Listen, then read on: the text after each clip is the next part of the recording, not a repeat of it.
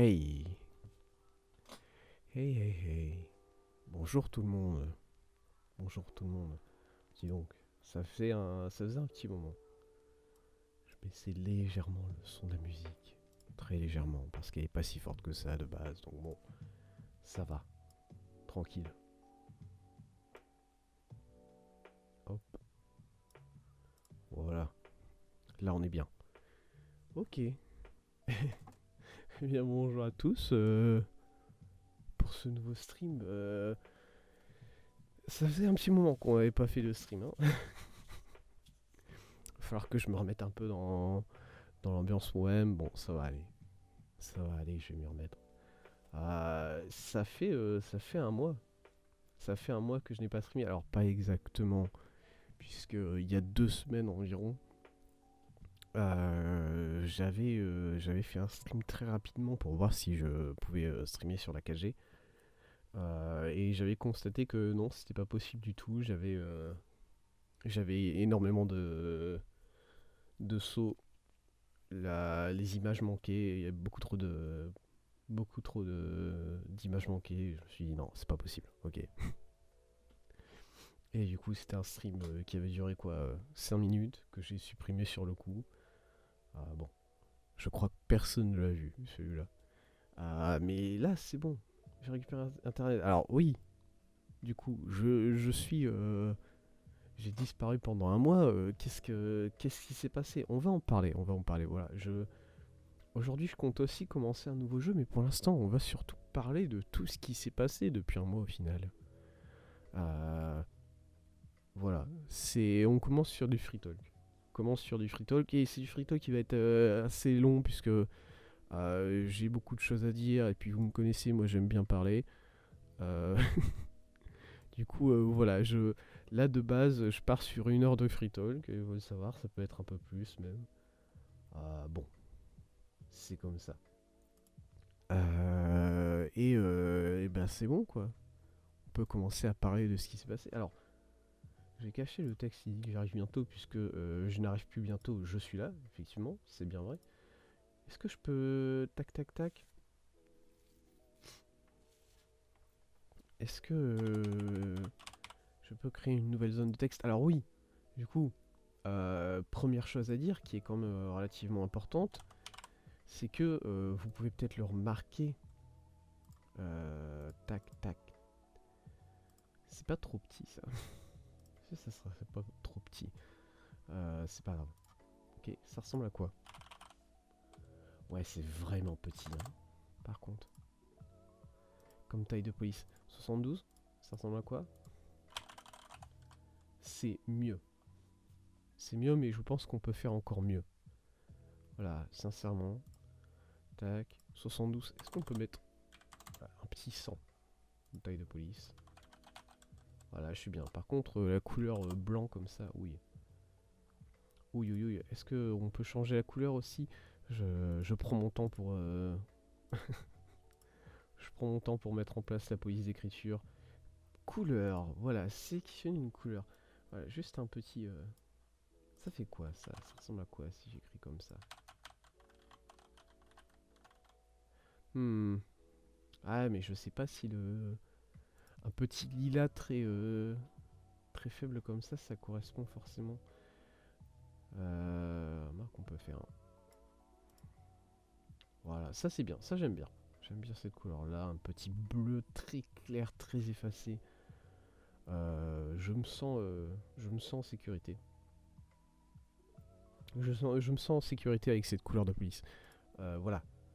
Du coup, faut pas. Bon, ça c'est. Voilà. On va pas écrire ça. Qu'est-ce qui s'est passé depuis un mois? Eh bien, alors, on va commencer par le commencement. Voilà, pour l'instant, on va faire les choses de manière chronologique, on va dire. Le 24. Le 24, c'était un vendredi 24 décembre au matin. Je fais mon dernier live avant l'exil. Je fais mon dernier live avant l'exil. Je prouve au Twitch Game tout entier que, encore une fois, je suis peut-être le meilleur joueur français de Picross. En tout cas, mon trophée n'a pas encore été mis en danger par qui que ce soit d'autre. Du coup, voilà. Le 24, le 24 au matin, je vous souhaite un bon Noël. J'arrête le live et je vais passer Noël quoi. Je vais passer Noël avec ma famille et ça s'est très bien passé. Voilà. Alors si euh, si jamais si jamais vous l'avez suivi vous aussi, le satellite James Webb, enfin le satellite, non, le télescope, le James Webb Space Telescope a été lancé le 25 même en fait. Après plusieurs décalages, il a été lancé le 25 même, le 25 décembre, un peu comme un cadeau de Noël de la part de la NASA. Lancement qui s'est très bien passé, mais qui s'est plus que très bien passé. Il a été excellent, ce qui fait que au départ, on s'attendait à avoir assez de. Enfin, au départ, la NASA s'attendait à avoir assez de carburant pour seulement faire fonctionner le télescope pendant 10 ans. Enfin, au final, la fusée Ariane et le lancement s'est tellement bien passé que on table plus maintenant sur un 20 ans. Sur 20 ans de vie pour le télescope, ce qui est quand même nice, il faut le dire. Voilà, c'est quand même pas mal un petit 20 ans. Donc, non. Mais du coup, quel intérêt? Excusez-moi, voilà. Quel intérêt de fixer une police d'écriture si de toute façon si de toute façon je peux augmenter la taille de la police en tirant sur l'écran. Oui, je sais pourquoi. Voilà, je sais qu'il y a des gens ils vont venir ici. Mais enfin, les jeux caches, c'est parce que si tu tires comme ça, du coup ça déforme un peu les lettres et là on dirait que c'est tout. Voilà, là c'est un peu flou, alors que si tu augmentes la police d'écriture, tu peux tirer comme ça et c'est pas flou. Ouais. Bon. Voilà. Après 12 minutes de live, il commence déjà à insulter son chat. Insane. Bon. Du coup, voilà, j'ai. Pendant le dîner de Noël, j'étais sur j'avais mon téléphone sur les cuisses en train de regarder le lancement et puis d'un seul coup, il y avait l'ordinateur ouvert de mon père derrière moi puisque l'ordinateur de mon père est dans le salon et ma mère a dit bon bah je sais pas, ouvre le live sur l'ordinateur comme ça on regarde tous quoi. Arrête de garder ça pour toi, c'est un peu cringe mon fils. Et c'est ce que j'ai fait du coup. Et c'était très bien. Et du coup, depuis un mois est passé et il me semble que c'est il y a 2 jours, le 26, le télescope est arrivé à son point d'orbite autour de L2. L2 qui est un point dans l'espace qui est en gros un point où en gros le télescope peut rester en orbite autour du Soleil tout en restant caché par la Terre. Voilà, je, je suis pas quelqu'un de très doué pour expliquer tout ça. J'ai allez taper Lagrange 2 sur enfin point Lagrange 2 ou point L2 sur Google et renseignez-vous vous-même parce que moi je vais pas être très doué pour vous, vous expliquer tout ça. Franchement, j'ai pas fait d'études dans ça moi. Je dis par rapport à ce que je me souviens. Et du coup voilà, le télescope est arrivé, il s'est très bien déployé, voilà, de nombreux moments de stress avant d'apprendre que c'est bon, le télescope avait réussi à déployer son, son pare-soleil, avait réussi à déployer tous ses miroirs, tout ça. Bon. Et c'est formidable au final. Ça s'est très bien passé. Et maintenant, c'est 5 mois où ils vont devoir calibrer chaque instrument en un. Et ça, c'est quand même fantastique. Du coup, voilà. Noël se passe. D'ailleurs, bon, on peut parler rapidement des cadeaux de Noël que j'ai eu parce que. Pourquoi j'ai enlevé le lancement du télescope? C'était bien, voilà. Mes cadeaux de Noël et d'anniversaire, puisque Bon, moi, voilà, j'avais mentionné, mais mon anniversaire c'est le 26. C'est 26 décembre, c'est juste après Noël. Bon. Certains, en général, quand je dis ça, les gens me disent ah, c'est pas terrible. Oui, ouais, c'est vrai que je reçois peut-être moins de cadeaux. Ça me fait pas grand chose en vrai. C'est bon, ça va. Euh, Cadeau de Noël. Cadeau de Noël, j'avais reçu deux choses du coup. Enfin, non, un peu plus de choses, mais j'avais reçu surtout une liseuse. Qui est. Et ça, c'est un cadeau qui me plaît intensément. Voilà, il faut le savoir. Je suis très content d'avoir reçu ça. J'ai déjà commencé à lire des choses dessus, évidemment. Je lis de la philosophie, surtout. Voilà, c'est l'instant flex. Je lis de la philosophie, par contre, vraiment, il faut lire de la philosophie. Hein. Attends, ça, c'est important quand même. Ouais, hop, tac, liseuse. Lisez de la philo. Lisez de la philo, vraiment, parce que, bon, déjà, c'est absolument exceptionnel. Vous apprenez plein de trucs, voilà. Vous lisez Aristote qui vous explique que le mouvement, c'est la réalisation du possible. Et vous êtes là en mode ah, mais oui, bien sûr. C'est clair. Pendant quelques instants, vous devenez Freddy Malou, c'est absolument génial. Et surtout, ça coûte que dalle. Les livres de philo, c'est pas une blague, ça coûte que dalle. Moi, j'ai acheté deux livres pour l'instant. J'ai acheté les Sommes théologiques de saint Thomas d'Aquin, qui est l'auteur que je dois lire après. Et j'ai acheté. Alors, il me semble que c'est 7 œuvres de Aristote. Voilà. Alors, cette œuvre de Aristote sur ma liseuse, ça fait 4000 pages. Après, c'est une liseuse qui est plus petite qu'un. C'est une liseuse, quoi. C'est un peu plus petit qu'un livre de poche, si vous voulez. Donc, bon, ça. Sur un format livre de poche, ça fait quoi? Ça fait 2500-3000 pages. J'ai payé 1 € pour ça. Parce que, évidemment, personne ne lit de la philo. C'est chiant. Et du coup, bah, vu que personne en lit, bah, il donne les livres. C'est un truc de fou. J'ai payé 1 € pour les 4000 pages de Aristote. Et les sommes théologiques de saint Thomas d'Aquin, j'ai payé 1 € aussi. J'ai payé 2 € pour ce qui sera probablement environ 2 mois de lecture. Même un peu plus en vrai. Ouais, les 4000 pages, je vais pas les faire en un mois. Vraiment pas. Je suis un liseur assez lent. Surtout si c'est de la philo. Surtout si c'est de la philo. Il faut que je prenne le temps de comprendre ce que je lis. Du coup, voilà, je lis assez lentement. Bref. Lisez de la philo, franchement, c'est génial. C'est génial. Et ensuite, vous pouvez claquer des trucs comme ça durant vos lives. Vous avez l'air super intelligent, alors qu'en vrai, vous comprenez que à ce que vous êtes en train de lire. Enfin, vous comprenez un peu, mais vous comprenez pas vraiment toute la profondeur de ce qui est écrit.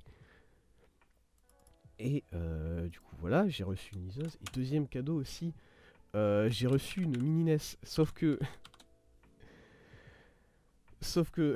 si vous suivez un peu mon Twitter, j'ai posté un peu dessus.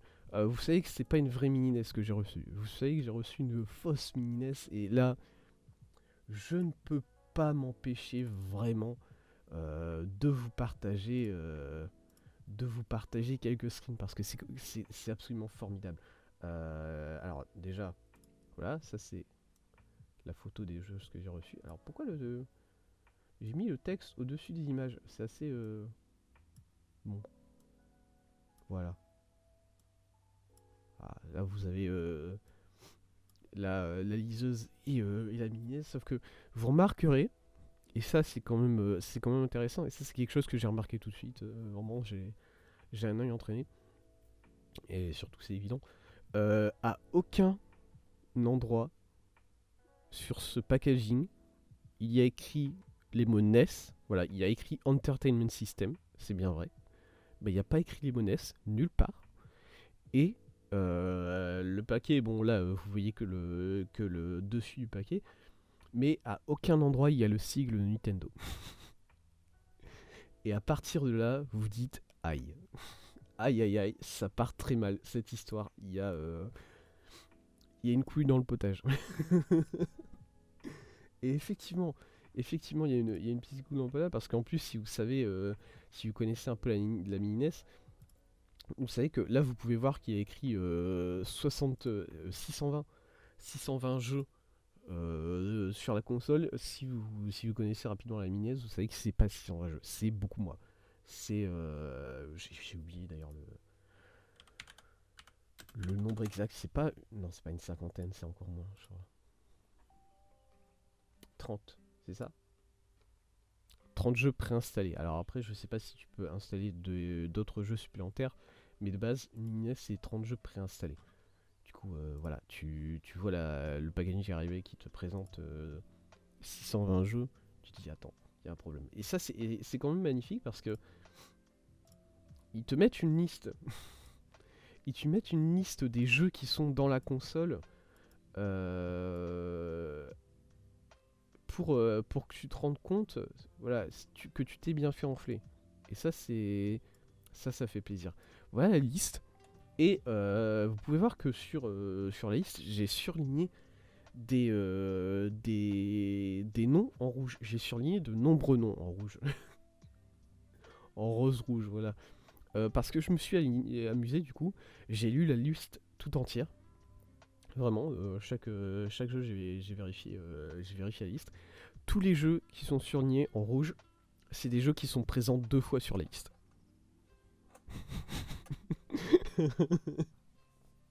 Voilà. Il y a exactement 220 jeux, il me semble. J'ai écrit, il y a exactement 220 jeux qui sont présents 2 fois sur la liste. Et c'est-à-dire que là, déjà, sur les 620 jeux qu'on te promet, en réalité, il y en a seulement 400.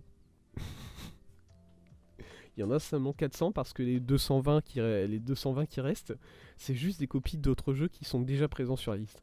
Euh, et même et même si tu prends les jeux, alors est-ce que je peux, ouais, je peux. Alors par contre, ça va être un peu plus compliqué. Attendez, il va falloir que je m'arrange bien pour zoomer à fond sur cette liste. Voilà, là j'ai zoomé à fond. Euh, Voilà, ça c'est les débuts. Ça c'est vraiment le début de la liste. Parce qu'ensuite, si vous allez vers la fin de la liste, bon déjà sur la fin de la liste tout est recopié, hein. Le dernier jeu, il s'appelle Pong Pong. Ça n'est pas un vrai jeu, je pense. Franchement, hein, voilà. Vous allez très vite comprendre que tous les jeux qui sont présents sur cette liste, c'est des jeux bootleg. Et si vous savez pas ce que ça veut dire bootleg, c'est en gros des contrefaçons de jeux vidéo, tout simplement. Et regardons un peu le début de cette liste, parce que c'est le début, tu vois, donc le début de la liste, ils vont mettre les jeux les plus importants dessus. Ils vont mettre les jeux qui te disent oh yes, génial, j'ai pas mal de choses. Début de la liste, Contra 1, Contra 2, Contra 3, Contra 6, on a sauté le 4 et 5, posez pas de questions. Contra 7, Contra 8. Alors, à partir de là, alors, pour le coup, moi la période NES, c'est pas du tout ma période de. C'est pas ma période de jeux vidéo, celle dans laquelle j'ai grandi. Moi, je suis plus à la limite PS1, mais plus PS2, mais la PS1 j'ai connu. Même si j'ai commencé vraiment à jouer aux jeux vidéo à partir de la PS2. Est-ce qu'on peut regarder les jeux contrats qui existent? Voilà. Tac tac. Est-ce qu'il y a une liste Ouais, mais non, ça c'est la série contrat, s'il vous plaît. Jeux originaux. Ok. Alors, il y a effectivement beaucoup de jeux contrat, donc je veux bien croire qu'il y en a au moins 8, comme le prétend cette liste. Contrat 1, ouais, ok. Contrat 2 sur NES, ok. Alors, même si Contrat 2 ne s'appelle pas Contrat 2, il s'appelle Super Contrat, hein, bon, à partir de là. Euh, Contrat 3, qui s'appelle Opération C, même si en vrai, Contrat 3, c'est le quatrième. Voilà, en fait, la liste c'est Contrat, Super Contrat, Opération C, Contrat 3, The Alien Wars. Mais voilà, moi, Opération C, je vais dire que c'est Contra 3. Game Boy, aïe. Aïe, ouille. Déjà là, ça coince. Déjà là, ça coince puisque Contra 3 n'est pas sur NES. Du coup, il y a un petit problème. C'est la même chose, hein. Double Dragon, pareil. Adventure Island, pareil. Je sais qu'il est là un peu plus en dessous de mémoire. Il y a Donkey Kong. Moi qui sois ici en haut, je le vois plus. J'ai perdu Donkey Kong. C'est terrible. C'est la même chose. Il y a plein de jeux qui ne sont pas sur NES de base et qui sont présents sur cette liste. Et c'est encore plus facile, c'est encore plus génial parce que regardez, ici, numéro 26, Mario 10. Alors, c'est vrai qu'il y a beaucoup de jeux de Mario dans la série Mario. Mais tapons un peu Mario 10 sur Google là pour voir ce qu'on a. Alors, il me met Mario Party 10 évidemment. Euh, il me met Mario Party 10. Ah, il me met pas le vrai Mario 10. Et je dis le vrai Mario 10 de manière absolument ironique. Ok, c'est pas grave. C'est quoi le prochain? Mario 12. Il n'y a pas de Mario 11. Arrêtez, posez pas de questions. Mario 12. Aïe. Tapez Mario 12 sur Google. Le premier site que vous avez, il s'appelle bootleggames.fandom.com. Donc tu sais qu'à partir de là, t'es pas sur un jeu officiel. Vraiment. T'es t'es pas sur un jeu officiel. Alors je vous lis la page bootleggames.fandom.com, puisque voilà, hein, il faut quand même que ça se sache. Super Mario 12, ou Mario 12, est un hack du menu de la Famicom de Yoshi's Cookie. C'est-à-dire que là, j'ai limite envie de vous faire un petit screen de ça parce que c'est quand même absolument fabuleux. Hop, on va l'enregistrer rapidement. On est au bon endroit. Mario 12, voilà. Et je vais vous ramener le screen tout de suite. Tac, ici. Mario 12. Yes. Voilà. Oui, il est petit. Regardez-moi ce petit Mario 12. Incroyable. Et c'est que le title screen. Voilà. C'est-à-dire que moi, si j'avais. J'ai pas du tout utilisé la console. Hein, voilà, je vais pas vous mentir. Déjà que j'ai. Bon. J'ai pas envie d'utiliser cette console. Bon, bref. Si j'avais démarré ce jeu Mario 12, j'aurais eu ce menu-là et c'est tout. Le jeu, il n'y a pas de jeu derrière ce menu en fait. C'est juste un hack du title screen de Yoshi's Cookie euh, sur lesquels ils ont ajouté les mots Mario 12 que vous voyez. Donc vous voyez, il y a écrit Yoshi's Cookie en arrière-plan, si vous savez lire le japonais. Il y a écrit Yoshi's Cookie en arrière-plan et au-dessus ils ont collé en blanc les mots Mario 12. Ils ont changé un peu l'apparence du menu pour qu'il y ait Mario dessus. Et voilà, ça fait un jeu vidéo. Il n'y a pas de jeu derrière, c'est juste le menu. Pareil, Mario 14. Ce qu'on peut rapidement regarder, c'est pareil, bootleggames. Qu'est-ce que c'est Mario 14? C'est un bootleg du jeu japonais Famicom qui s'appelle Kaiketsu Yanchamaru 3 Taiketsu Zuringen. Qui a l'air d'être... Qu'est-ce que c'est? Qu'est-ce que c'est que ça? En fait, ça a l'air d'être un jeu effectivement de plateforme, un peu comme Mario, sauf que bon, c'est pas Mario, hein, c'est ce jeu japonais là, qui est apparemment la suite de Kid Niki Radical Ninja, si jamais vous connaissez. Est-ce qu'il y a des fans de Kid Niki Radical Ninja dans le chat là? Du coup, on a Mario qui se balade avec une petite perche. Il va faire du saut à la perche très certainement. Voilà.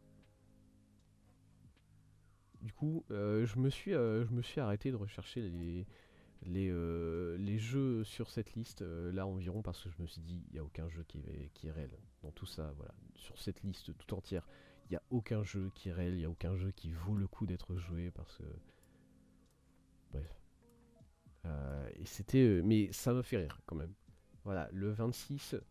Non, le 25, puisque j'avais déjà mes cadeaux le 25 au matin. Le 25, je me suis bien amusé à faire, à regarder un peu tout ce qui était vrai et tout ce qui était faux sur cette liste. Et tout est faux. je, je suis à peu près persuadé qu'il n'y a rien de vrai sur cette liste. Bon, bah génial. Du coup voilà, ça c'était mon Noël. Mon anniversaire qui a suivi, j'ai obtenu, alors j'ai eu moins de cadeaux hein, forcément. Ma mère m'a quand même acheté un cadeau puisque ma mère est une personne qui est adorable évidemment. Elle m'a quand même acheté un cadeau. Elle m'a acheté, oh et ça il faudrait que j'aille le chercher. Elle m'a acheté un coffret de miel et vous savez donc à quel point j'aime le thé. Elle m'a acheté un coffret de miel bio venu d'Italie. Je vais aller le chercher.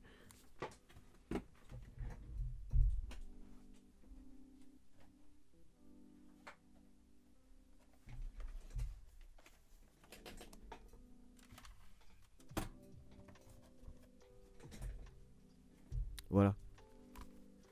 Je suis de retour avec ce coffret de miel bio. Alors, qu'est-ce qu'on a comme miel? On en a 4 et c'est des pots assez, c'est des bons pots quoi. C'est pas des pots où tu fais 3 cuillères dedans, t'en as plus. Non, c'est des pots assez, assez conséquents. Qu'est-ce qu'on a? On a des pots qui représentent les 4 saisons, du coup, apparemment. Même si, je vous jure, moi, les pots, ils vont tenir une seule saison. Voilà, je suis un grand consommateur de miel. Un miel de clémentinier. Ah ouais, miel de clémentinier et miel d'oranger du sud de l'Italie. Sachant que j'ai déjà fini le miel d'oranger qui était très bon. Et j'ai commencé, je suis environ aux 2 tiers du miel de clémentinier là actuellement. Je préfère le miel de clémentinier qui est beaucoup plus doux. Et j'aime ça, du coup.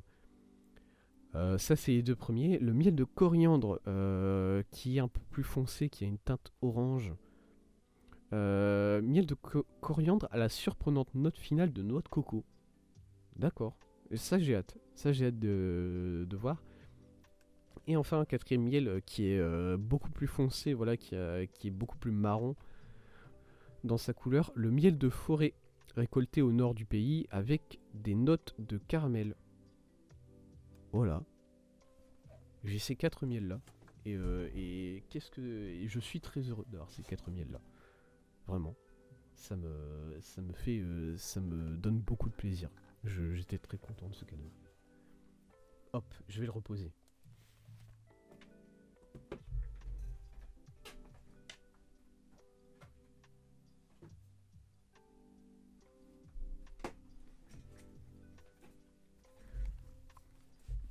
Bref. Et du coup, ça c'est le 26 décembre, mon anniversaire, je reçois ça. Et le 26 même, je commence à me sentir pas bien du tout. Voilà, et d'ailleurs ça m'a fait assez peur puisque on était allé chez ma grand-mère le 26 du coup pour lui rendre visite pour Noël, pour mon anniversaire, tout ça. Et je commence à me sentir malade le soir en revenant de chez ma grand-mère. Et du coup ça a quand même fait stresser en me disant que j'allais peut-être refiler une maladie à ma grand-mère. Non, ça va. Ma mémé va très bien, elle n'a rien eu, elle est en pleine forme. Enfin, pleine forme pour son âge, on va dire. Du coup, voilà. Et du coup, pendant 5 jours environ, du 26 au 31, j'ai été malade, mais ça faisait mal. Alors, je sais pas exactement ce que j'ai eu, voilà, j'ai pas été chez le médecin, j'ai pas fait de test. Du coup, je ne vais pas sortir le C-word, évidemment, même si je pense que ça n'était pas ça. Hein. C'était. Ce que j'ai eu comme maladie, c'était beaucoup de mal au ventre. Voilà, c'était principalement. J'ai principalement eu beaucoup mal au ventre. Du coup, voilà, pour moi, c'est plus une grippe ou une gastro ou un truc comme ça. Bon, bref. Et le 31. Alors, par contre, chose absolument formidable, parce que, bon, moi, j'aime bien voir le bon côté des choses dans ce qui m'arrive. C'est que du coup, j'ai perdu pas mal de poids sur la... j'ai perdu pas mal de poids sur la période des fêtes. Euh, Alors, c'est une bonne chose, oui, forcément de perdre des poids. J'aurais préféré quand même gagner des poids parce que, voilà, moi je me suis dit, avant les fêtes, je me suis dit, oh là là, faut que je perde un peu de poids, comme ça je pourrais en gagner sur la période des fêtes et toujours être bien. Voilà. J'ai commencé, je crois que le 24, j'étais à 68 kilos. Le 3 janvier, je crois, il me semble que c'est le 3 janvier. 3 janvier, je me suis pesé, je faisais 65. Donc j'ai perdu 3 kilos sur la période des fêtes. Euh, Ça m'emmerde quand même, voilà, parce que bon, il y a quand même un problème quand tu perds du poids sur la période des fêtes alors que tu manges bien, tu vois. C'est bon. Et du coup, voilà, le 31.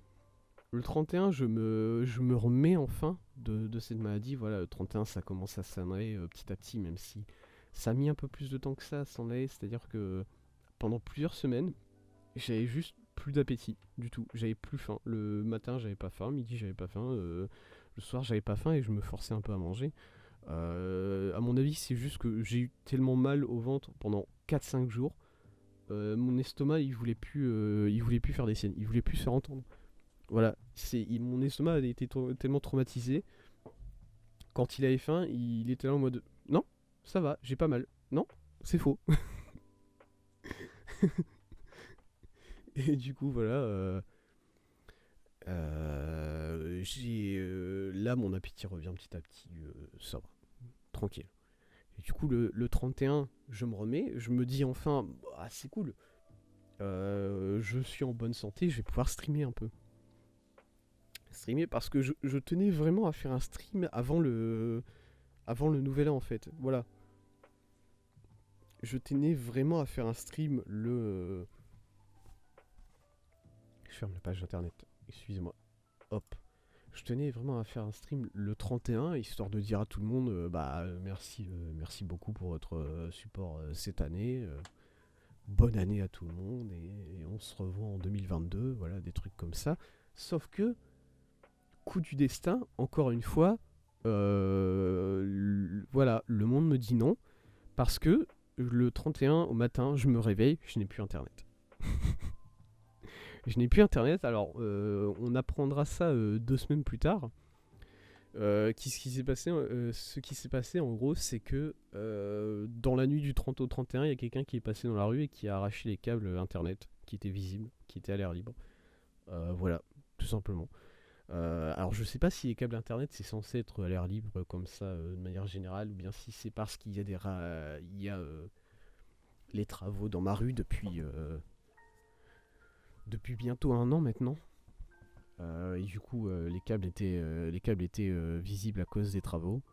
Quoi qu'il en soit, voilà, j'ai perdu internet 31 au matin, je me réveille, je n'ai pas internet, je ne peux pas stream malheureusement. Et à partir de là commence la galère. À partir de là commence l'exil d'internet. C'est-à-dire que pendant je l'ai récupéré quand internet. Je l'ai récupéré il y a 2 jours, 26. Donc en gros pendant presque, allez on va dire 3 semaines, un peu plus de 3 semaines, pendant 3 semaines, enfin depuis 3 semaines là, je n'avais pas internet. Tout simplement. Euh... Ce qui est pas fou quand même. J'avais pas internet et Orange a montré quand même, je pense, l'incompétence de son réseau, puisque voilà quoi, tu appelles, t'as pas internet depuis 2 jours, t'appelles Orange, on dit oui, vous inquiétez pas, les réparateurs arrivent, d'ici 2 jours c'est réparé, d'ici lundi c'est réparé, ne vous inquiétez pas monsieur. Lundi, il n'y a rien qui est fait, tu rappelles, on dit oh mais vous inquiétez pas, d'ici 2 jours, voilà, d'ici mercredi c'est réparé, on vous appelle pour vous dire que c'est réparé. Tu arrives le mercredi, personne ne t'appelle. Et ils te refont ça en boucle, quoi. C'est à chaque fois, oui, mercredi prochain, vendredi prochain, lundi prochain. Voilà, et au bout de 25 jours, et ça, voilà, ça j'en ai parlé sur Twitter parce que ça m'a quand même vachement énervé. Ça m'a quand même beaucoup énervé et je suis pas quelqu'un qui s'énerve facilement, je pense. Voilà, j'aime penser que je suis pas quelqu'un qui s'énerve facilement. Au bout de 25 jours, On reçoit enfin un technicien à la maison, voilà, enfin un technicien qui vient voir ce qui se passe et qui est là pendant environ 1 heure. Et au bout d'1 heure, il nous dit bon bah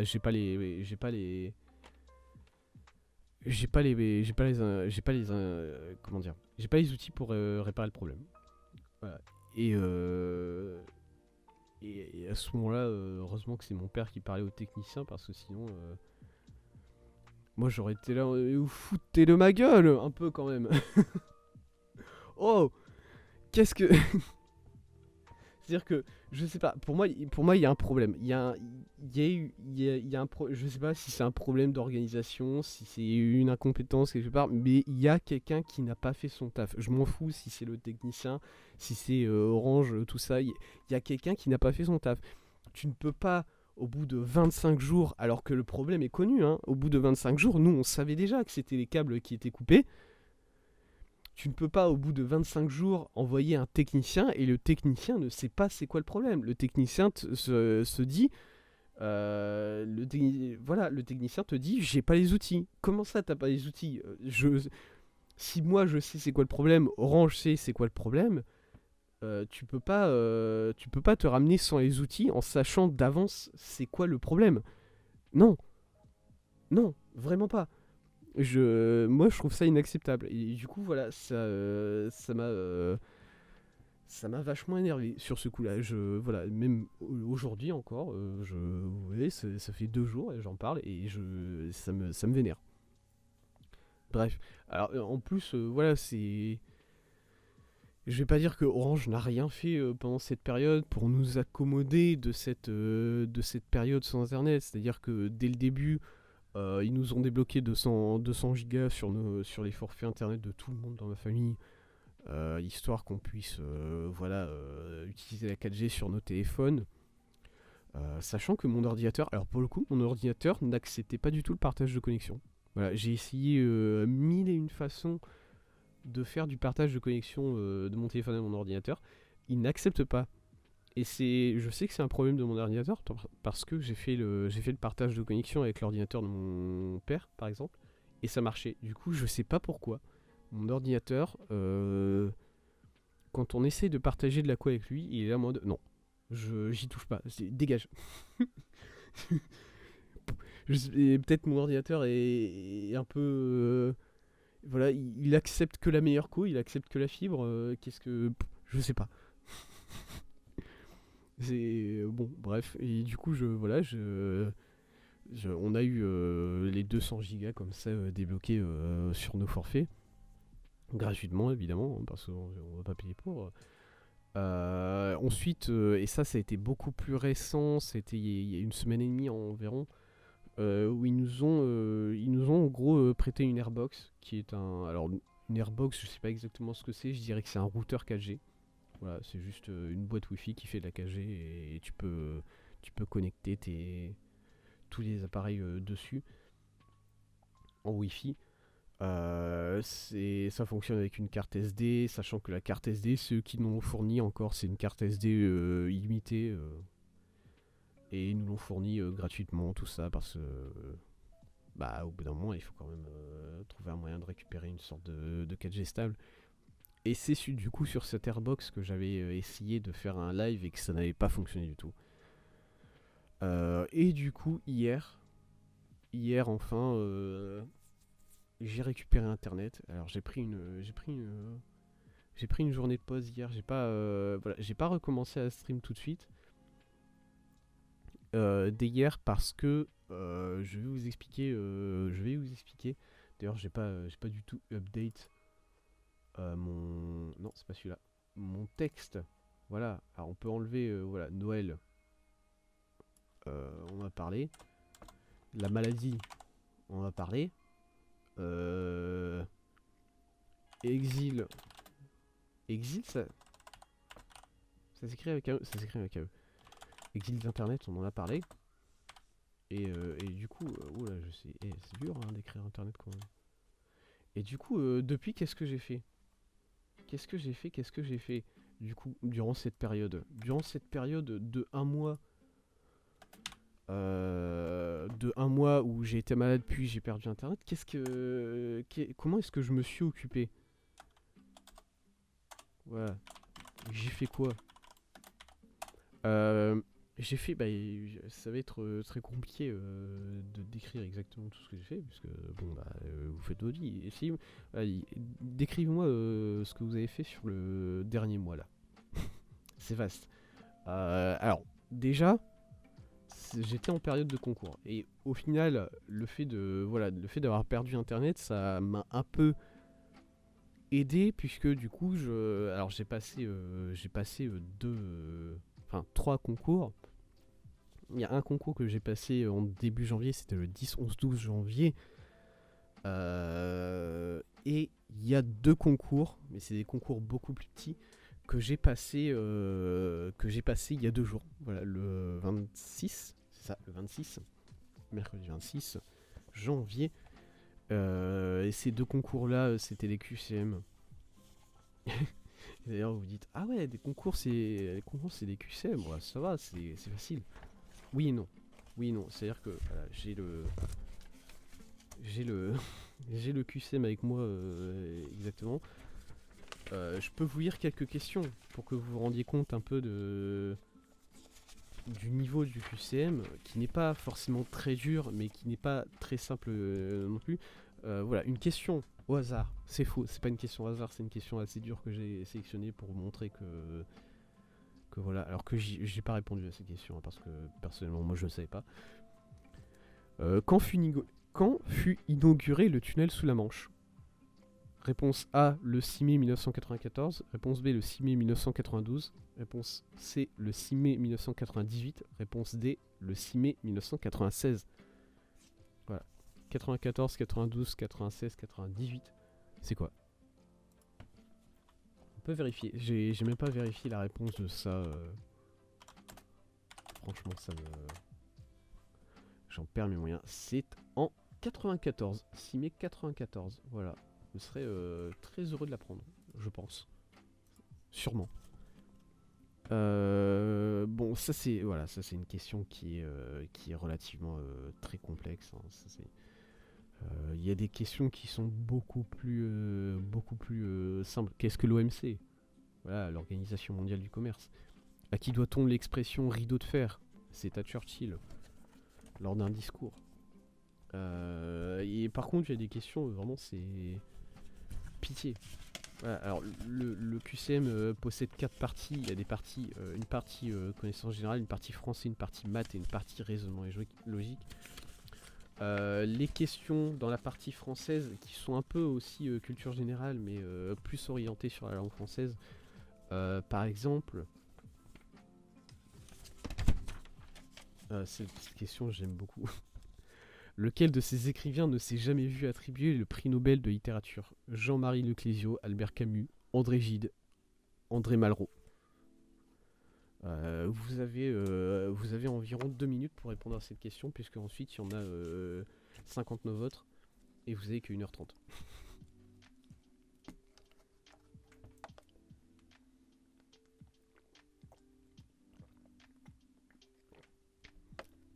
Excusez-moi, j'ai bu un petit coup là, parce que je commence à avoir mal à la gorge, mine de rien. Qu'est-ce qu'un paludier? Voilà, qu'est-ce qu'un paludier? Un ouvrier des marais salants, un grand arbre des régions tropicales, un hameçon dont l'extrémité a été aplatie, un artisan qui fabrique des paniers. Un paludier, c'est un ouvrier des marais salants. Je le savais pas. Voilà, toutes les questions dont je vous parle pour l'instant, c'est des questions que je ne savais pas, puisque en culture générale, je suis une bille. Voilà. En fait, ma stratégie pour gagner ce quiz, c'est bon, voilà, culture générale, il y a des choses que je vais savoir, mais le but, c'est de savoir le plus de choses en maths et en logique. Alors en maths et en logique, je suis vraiment très bon pour le coup. Très bon pour le niveau de ce quiz, hein. Enfin, le niveau de ce quiz, c'est pas très bon de manière académique en maths, hein. Vraiment pas du tout. Et français, je galère un peu plus, mais au final, tu peux apprendre. Voilà, tu apprends les temps de conjugaison, tu apprends les figures de style, tu apprends des règles d'accords, que ce soit l'accord des nombres, l'accord des couleurs, l'accord des plein de choses, tu vois. Et tu peux t'en sortir. tu t'en sors assez bien. Une question en maths, voilà, une dernière question en maths, histoire de clore et de vous montrer environ, enfin, en maths, c'est très, il y a beaucoup de questions qui sont très différentes, du coup ça va pas vraiment vous aiguiller, mais lequel de ces nombres est un nombre entier? Non, lequel de ces nombres est un nombre premier? 158, 267, 313, 437. Voilà. Et je suis devenu très bon sur les... Je suis devenu très bon en une journée pour calculer les nombres entiers, parce qu'il y avait beaucoup de questions comme ça sur durant les QCM. Je sais pas pourquoi. Cette année, ils étaient sur les nombres entiers. Voilà. Mais ça change. Hein. Chaque année, c'est des questions. Chaque année, il y a des thèmes dans les questions. J'ai l'impression. La réponse 158, il est divisible par 2, évidemment. 267 divisible par 3. Ça, c'est facile à trouver. Hein. 270 moins 3, tout simplement. Du coup, divisible par 3. 313, je me souviens plus exactement de mémoire. Il est divisible par 7, peut-être. J'hésite. J'ai un gros doute sur ça. Dans tous les cas, il est divisible et c'est 437, me semble. De mémoire, le nombre premier, je l'ai trouvé, je l'ai pas noté sur ma feuille de QCM. Mais voilà. Bon, bref, c'est moi. Voilà. Du coup, voilà, j'ai passé un petit QCM et du coup, hier, j'avais internet, mais je n'ai pas livé pour me reposer après ces QCM, en gros. Sachant que je n'ai pas eu que le QCM cette semaine, puisque... Alors ça j'en ai parlé rapidement dans les vidéos sur Isaac que j'ai fait, parce que oui, j'ai fait des vidéos sur Isaac. J'avais pas assez de sur l'Airbox, j'avais pas assez de connexion pour streamer, mais pour upload des vidéos sur YouTube, ça allait. Voilà, j'étais plus ou moins tranquille. Du coup, j'ai upload plusieurs vidéos de Isaac sur YouTube, sur la chaîne YouTube. Bon, je vous y renvoie, hein, Rintezuka VOD avec un S. J'ai upload, je crois que c'est la 7ème vidéo pour l'instant, et il y en a 2 autres qui doivent arriver, voilà. C'est des vidéos par paquet de 3 en fait. Bah, en gros, j'ai juste fait un live, mais sous forme de vidéo, quoi. Où évidemment je joue à Isaac et je parle de tout et de rien, le format habituel. Et on a débloqué pas mal de choses, voilà, je vais pas vous faire la liste exacte de tout ce qu'on a débloqué dans ces vidéos. On a débloqué notamment Purgatoire, je crois qu'il s'appelle comme ça cet item, pour avoir fini le challenge Baptism by Fire. Il me semble que cet item s'appelle Purgatoire. On a fait aussi un peu de Forgotten Grid.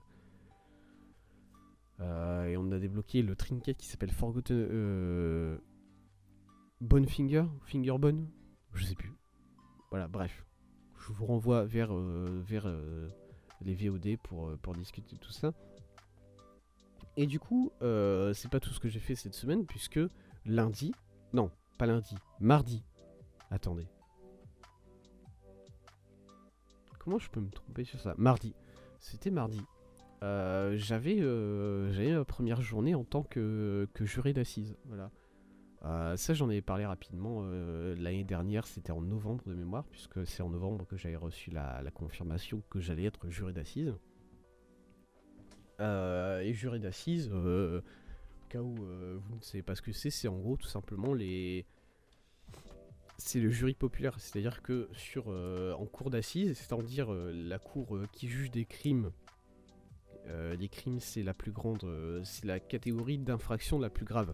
Donc les crimes, c'est les meurtres, c'est les vols importants, c'est les enlèvements, c'est les viols, voilà. C'est ça. Et en gros, dans la cour d'assises où on juge de ces crimes, il faut un jury populaire, c'est-à-dire des personnes lambda, hein, comme vous et moi, qui viennent, qui écoutent ce qui se dit durant le procès, et qui vote ensuite pour savoir si la personne, si l'accusé est coupable ou pas, et quelle peine on va lui donner. Voilà, c'est ça être juré d'assises. Et du coup, j'avais ma première journée où... alors, ça a été une journée assez courte pour moi, puisque en gros, normalement, la journée, c'était le matin, présentation. Enfin, on fait l'appel pour voir tout le monde, si tout le monde est là. Et présentation de qu'est-ce que c'est être juré. Et ensuite, l'après-midi, on sélectionne les jurés qui seront présents pour la première affaire, puisque voilà, on était 35 jurés titulaires, mais tout le monde n'est pas présent pour chaque affaire. Voilà, on sélectionne 6 jurés qui seront présents, enfin, pas 6 jurés principaux et 3-4 jurés supplémentaires. Donc en gros, 10 jurés, on va dire, on sélectionne 10 personnes qui seront là pour assister à une affaire. Et ensuite, vu qu'il y a 5 affaires, au début de chaque affaire, on refait ce tirage au sort, voilà.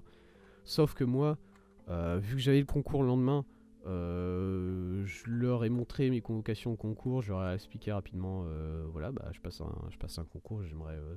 Du coup, je me suis fait excuser de la première affaire. Du coup, bah, vu que j'avais pas à faire la première affaire, ça servait à rien que je sois là l'après-midi pour le tirage au sort. Du coup, je suis reparti chez moi à midi, voilà. Et du coup, j'étais là-bas seulement le matin, en gros, le temps de faire l'appel et le temps d'expliquer à tout le monde qu'est-ce que c'est qu'être juré, en nous montrant un petit film de 35 minutes qui était pas de la meilleure qualité, mais fort intéressant, quoi qu'il en soit. Et d'ailleurs, j'ai pu voir... il y avait un des jurés, enfin, il y avait une personne qui était censée être là, qui était jurée, qui était censée être là, et qui n'était pas là, et qui n'avait donné aucune excuse, parce que voilà, tu peux donner des excuses, hein. Il y a une dame qui était militaire apparemment, et qui n'était pas là, elle était stationnée, je sais pas, à l'autre bout de la France.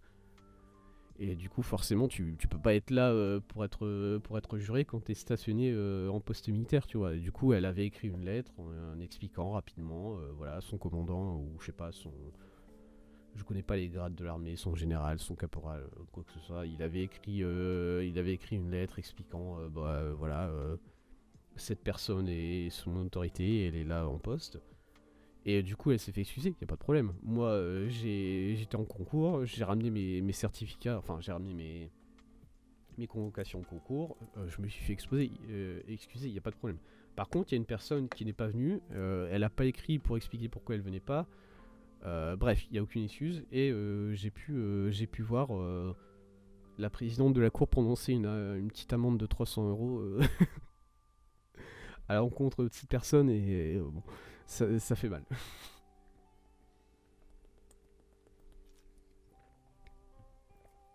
Voilà. Il y a une sorte de... il y a un mal. Il y a un mal-être quand tu vois quelqu'un se prendre une petite amende comme ça, t'es pas content pour eux. Et voilà. Hop, du coup j'ai eu aussi ce truc de juré. Hop. Hop. Et du coup, ce truc de juré, par contre, il n'est pas fini, hein, parce que voilà, moi j'ai été excusé de la première affaire. Alors la première affaire prend toute cette semaine, c'est une affaire qui est très, très importante et assez longue. Et du coup, par contre, à partir de lundi prochain, je dois y retourner au matin pour voir si je suis sélectionné pour la deuxième affaire.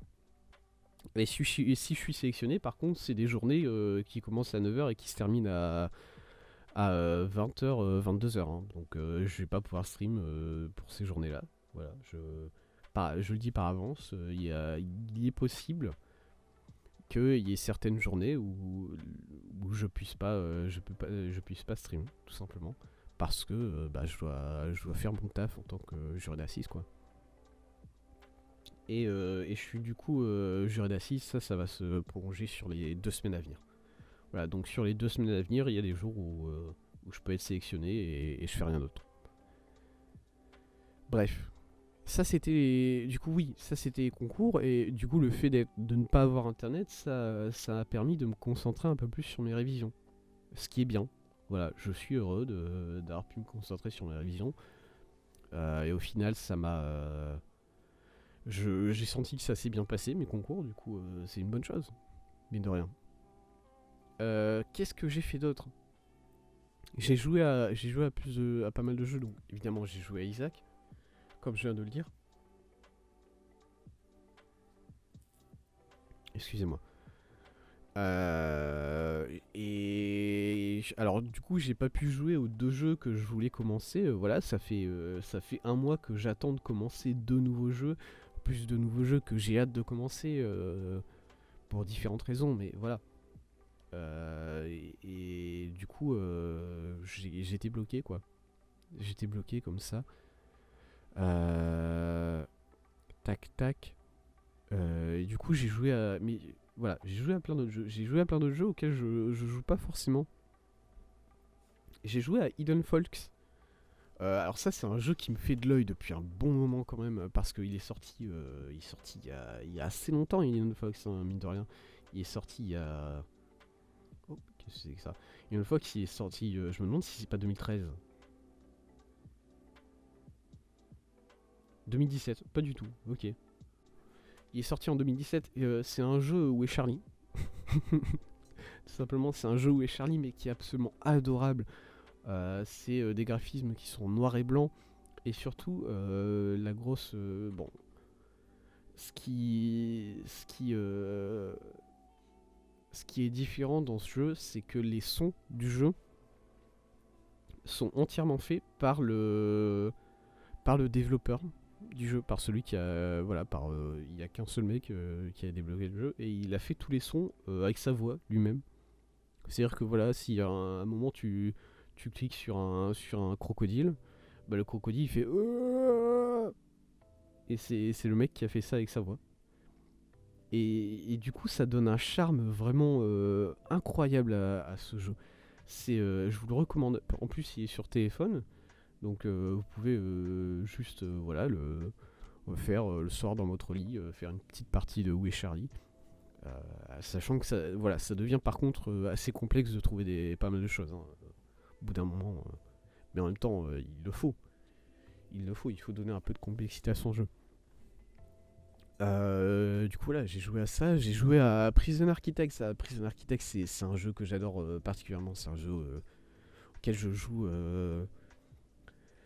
J'y joue depuis de nombreuses années. J'y reviens tous les X mois. Voilà.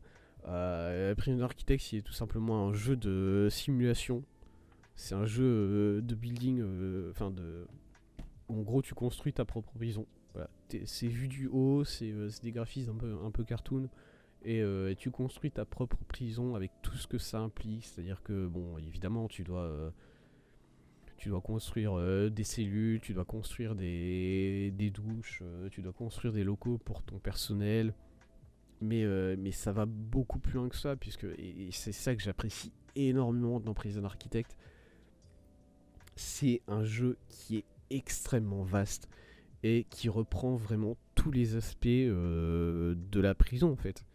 C'est-à-dire que tu as d'un côté évidemment tout le côté répression où bah, tu dois engager des gardes, tu dois engager des maîtres chiens pour aller renifler un peu partout, voir s'il y a des tunnels qui sont en train d'être creusés. Tu dois engager des gardes armés qui sont chargés de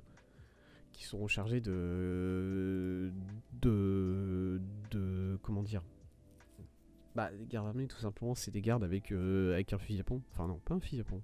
C'est juste un pistolet. Et du coup, ils sont chargés de garder la prison dans les zones qui sont un peu plus sensibles, je dirais. Et si jamais il y a un problème, il y a une émeute qui commence, tu les envoies et ils calment tout le monde. Et du coup, voilà, t'as le côté répression avec les tasers, avec d'isolement, tout ça. Euh, Excusez-moi, j'ai perdu un peu. Hop, voilà, c'est bon, je suis de retour. Et à côté, t'as aussi tout le point de vue. bah en fait, les réhabilitation. Voilà, c'est ça le mot que je cherchais. Tout le point de vue réhabilitation, parce que évidemment, à partir du moment où les prisonniers sont dans ta prison que pour 5, 10, 15 ans, c'est-à-dire qu'à un moment ils vont ressortir de ta prison, il va bien falloir qu'ils retournent dans la société. Et du coup, tu dois les aider à retourner dans la société et même à rester plus ou moins ancrés dans la société, même quand ils sont à l'intérieur de ta prison. Du coup, tu peux construire des bibliothèques, tu peux construire des magasins où ils auront accès à des items que tu choisis. Tu peux construire des chapelles. Ça c'est très important. Tu peux parce que très rapidement tes prisonniers vont avoir un besoin de spiritualité en fait, et tu dois construire des chapelles où ils peuvent exercer leur culte, quoi qu'il soit, quel qu'il soit. Et tu peux, t'as plein de programmes de réhabilitation où tu peux leur apprendre à faire de la menuiserie, leur apprendre à faire du travail manuel, ou bien tu leur donnes une éducation, voilà. Et voilà. Et c'est vraiment incroyablement complet comme jeu. T'es constamment en train de découvrir des trucs. Et du coup, voilà, j'ai recommencé une partie sur Prison Architect où j'ai fait une prison qui s'appelle le couloir. J'ai appelé le couloir parce que je me suis dit, dis donc, ça serait quand même vachement drôle si ma prison en fait c'était juste un couloir. Hop, alors attendez. Tac. Jeu. Là, on est en train de parler de Prison Architect. Voilà. Ça me ferait. C'est quand même génial si ma prison c'était juste un seul couloir énorme et toutes les salles en fait devaient être connectées à ce couloir-là. Et à la limite, je me suis fixé une règle que une salle doit forcément être connectée. Enfin, une salle ne peut pas être éloignée de plus de 3 salles du couloir. C'est-à-dire qu'en gros, si j'ai un bureau, voilà, un bureau dans lequel je mets un chef de la sécurité, et à ce bureau là, je connecte, je sais pas, une salle de sécurité dans laquelle il y a les instruments pour vérifier les caméras de surveillance, tout ça. Et une troisième salle, et à cette salle de sécurité, je connecte une troisième salle dans lequel je mets cette salle, c'est le chenil, voilà, c'est là où je mets les chiens pour les maîtres chiens. Et j'ai pas le droit de faire plus de 3 salles, voilà. J'ai pas le droit de rajouter une quatrième salle connectée à ça, puisque on commence à s'éloigner un peu trop du couloir, et ça me plaît pas. Voilà. Et du coup, voilà, ma prison, c'est juste un long couloir qui fait 7 mètres de... 7 mètres de large, le couloir. C'est énorme. Et ça me fait beaucoup rire, du coup, de mettre un peu ce handicap de faire une salle, de faire une prison en longueur comme ça. Ça m'amuse beaucoup. Et voilà, du coup, j'ai joué à Prison Architect. J'adore beaucoup. Et j'ai commencé. Alors, ça, c'est un jeu qui est sorti il y a pas longtemps. Yu-Gi-Oh! Master Duel. J'en ai parlé rapidement durant des vidéos d'Isaac. Encore une fois, je vous renvoie sur ça. Là, je vais en parler beaucoup plus rapidement. Je suis pas un bon joueur de jeux de cartes. Voilà, les jeux de cartes, c'est vraiment pas mon truc, que ça soit les jeux de cartes en vrai ou les jeux de cartes sur internet type Hearthstone. J'ai essayé d'apprendre, voilà, j'ai essayé de m'intéresser aux jeux de cartes, que ça soit avec d'autres jeux Yu-Gi-Oh! Qui étaient beaucoup plus anciens, parce que pour le coup, les jeux de cartes Yu-Gi-Oh! À chaque fois, j'ai envie d'y jouer. Parce que c'est une série que j'ai connue pendant mon enfance, et du coup, il y a ce paramètre affectif. Et du coup, j'ai toujours envie de jouer à Yu-Gi-Oh! Comme ça. Et du coup, c'est pour ça que quand ce nouveau jeu est sorti, je me suis dit, faut que j'essaye. Allez. J'ai essayé d'apprendre. Comment il s'appelait? Slay the Spire. Voilà. C'est un dernier jeu. C'est un jeu qui était sorti il y a quelques années maintenant. Qui est un jeu absolument formidable. Mais qui est un jeu de cartes comme ça. J'avais essayé de m'y intéresser un peu. Et voilà, ça, c'est juste les jeux de cartes, ça a du mal à connecter avec moi.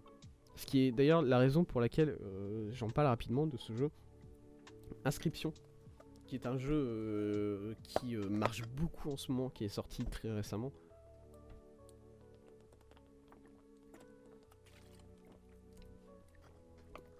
Et qui, moi j'étais encore en train de boire, et qui a l'air d'être un jeu absolument fantastique. Voilà, ça a vraiment l'air d'être un jeu formidable, très bon, mais c'est un jeu de cartes. Et du coup, moi je me sens pas d'y jouer, tout simplement.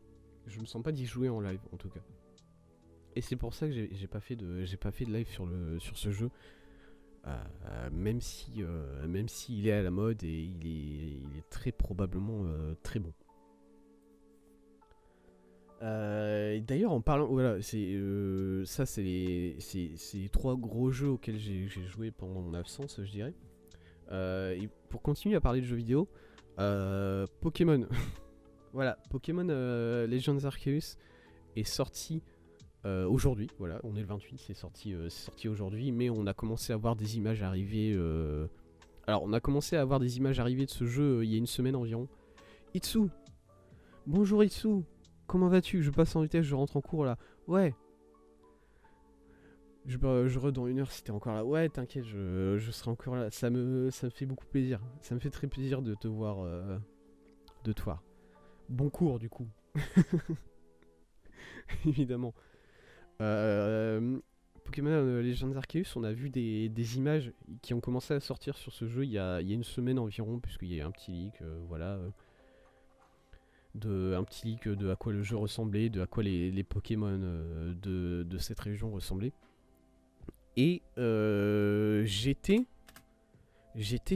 j'attendais beaucoup ce jeu. Pokémon Arceus parce que c'est un jeu Pokémon en monde ouvert quoi. Merde. Alors monde ouvert, c'était déjà un peu la formule avec épée et bouclier. Mais là, t'as vraiment les Pokémon qui se baladent dans la pampa et tu peux les approcher et lancer des Pokéballs en bois là. Tu peux lancer des Pokéballs en bois et faire des combats comme ça. Et vraiment, moi, ça m'a rendu fou. Voilà. Quand j'ai vu les premières images de jeu, j'étais au bout du monde. Voilà. J'étais trop content de voir un jeu comme ça arriver. Et vraiment, j'étais là en mode je défends le jeu. J'ai des amis qui me disaient non, mais regarde, le gameplay qu'on nous a montré il est dégueulasse. Les Pokémon ils bougent à 10 FPS. Ça a vraiment pas l'air bien. Et moi j'étais là, je défendais le jeu en mode non, écoutez, c'est une image de développement, ça sera plus fluide à la sortie, tout ça. Et au final, depuis une semaine là qu'on voit des images du jeu arriver, je suis de moins en moins séduit, faut le dire. Je suis de moins en moins séduit parce que alors le gameplay est peut-être formidable, hein. Voilà, j'ai regardé plusieurs lives du coup vu que le jeu a commencé à sortir hier dans l'après-midi au Japon notamment, puisque au Japon on était déjà à 16h, il me semble que c'est à 16h, on est déjà le 28 au Japon. On était déjà le 28 au Japon. Et du coup on a vu commencer j'ai regardé quelques lives random de personnes japonaises qui jouent au jeu parce que je voulais donner une dernière chance à ce jeu. Je voulais donner une dernière chance à ce jeu dans mon esprit et me dire allez, je veux y croire. Je veux croire que ça peut être quelque chose de formidable. Ce jeu, je refuse de juste me laisser le laisser tomber et au final c'est surtout un problème au niveau des graphismes que j'ai moi, que je trouve le jeu dépassé, tout simplement. Je trouve le jeu totalement dépassé au niveau des... Comment ça Pokémon existe déjà? Voulez-vous remplacer? Quoi? Excuse-moi, je suis en train de prendre une photo là, tout simplement. D'enregistrer une photo parce que je vais essayer de vous la montrer. Pourquoi je peux pas montrer? Ah mais si, voilà, je peux la montrer cette photo. Je le trouve absolument dépassé. Alors, je vais montrer une photo du début du jeu. sur cette photo, on voit le professeur de cette génération. Enfin, ce que j'assume être le professeur de cette génération, parce qu'encore une fois, j'ai évité de trop regarder pour trop me spoiler. Du coup, voilà, vous êtes avertis. Voilà l'image. Je trouve que graphiquement, c'est dépassé. Je regardais les lives et je me disais, merde, c'est de la PS2. J'ai l'impression de voir Samurai Wars 2 sur lequel je jouais j'y jouais sur PS2 il y a 15 ans. C'est dépassé totalement. Et c'est alors déjà les textures voilà bon sont ce qu'elles sont, mais en fait en plus regardez ce paysage. Ce paysage il est vide. Il y a rien, il y a que dalle. Et c'est même pas parce qu'il y a rien effectivement dans ce paysage, c'est juste que la distance d'affichage est ridiculement petite pour ce jeu. Et je suis désolé, mais quand tu vois ce qu'ils ont fait avec Breath of the Wild, non, j'arrive pas à accepter un jeu qui ressemble à ça. C'est Pokémon, merde, c'est une des plus grandes licences de Nintendo. Et je trouve que je n'arrive pas à accepter un jeu qui ressemble à ça. Alors que il est peut-être formidable au niveau du gameplay. Hein. Au niveau du gameplay, c'est peut-être incroyable. Alors, j'ai écouté rapidement le test de jeuxvideo.com. Bon, voilà, on donne l'autorité qu'on veut à jeuxvideo.com. Hein. Moi, c'est pas forcément des gens que j'écoute, mais j'ai écouté leur review sur ce jeu-là. Ils disaient que le gameplay était un peu simpliste et que parfois c'était un peu facile, les combats. Bon, ça me rend triste, mais écoutez, qu'est-ce que vous voulez. Mais juste, niveau graphisme, je peux pas. On est en droit d'attendre mieux. Je pense sincèrement qu'on est en droit d'attendre mieux de la part d'une des plus grosses licences de Nintendo. Et du coup, j'avais envisagé d'y jouer en stream. Parce que voilà, c'est Pokémon, c'est un truc que j'attendais, c'est un jeu que j'attendais beaucoup. Et au final, pour l'instant, ça va être un non, en fait, tout simplement. Pour l'instant, alors j'attends. C'est pas un non définitif, évidemment, mais c'est quand même un non assez solide. Que je dis là, que je vais pas y jouer en stream, tout simplement.